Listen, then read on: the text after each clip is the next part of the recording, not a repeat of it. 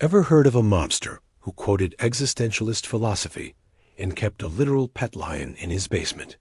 Today, we are diving into the life of one of the most unpredictable and fascinating figures in organized crime history, Joe Gallo, better known as Crazy Joe. Most guys in the mafia followed a strict code of silence and respected the old-school hierarchy, but Joe was a different breed entirely. He wanted to dismantle it and build his own empire on his own terms. Joe got his start with the Profaci crime family in Brooklyn during the 1950s. He was young, ambitious, and frankly, a bit terrifying to his peers. Legend has it, he was one of the primary gunmen who took out the legendary Albert Anastasia in that infamous barbershop hit.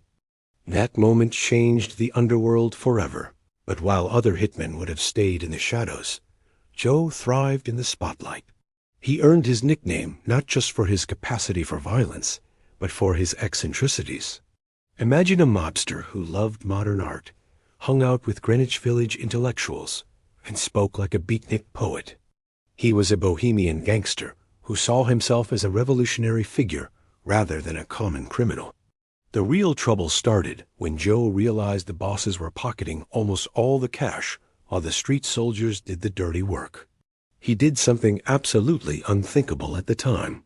He went to war with his own boss, Joe Profaci. He and his brothers actually kidnapped the family's top leadership to demand a better cut of the profits.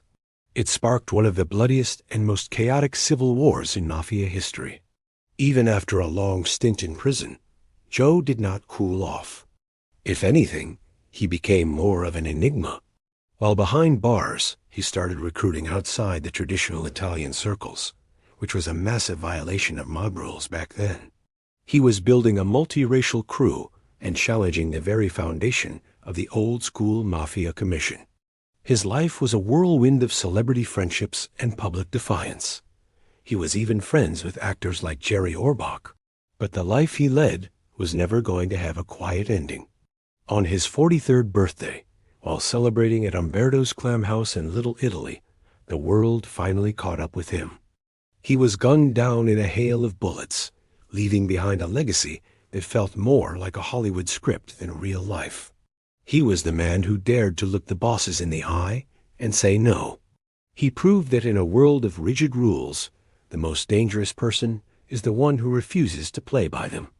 If you enjoyed this look into the darker side of history, please hit that subscribe button and follow for more deep dives. Thanks for watching.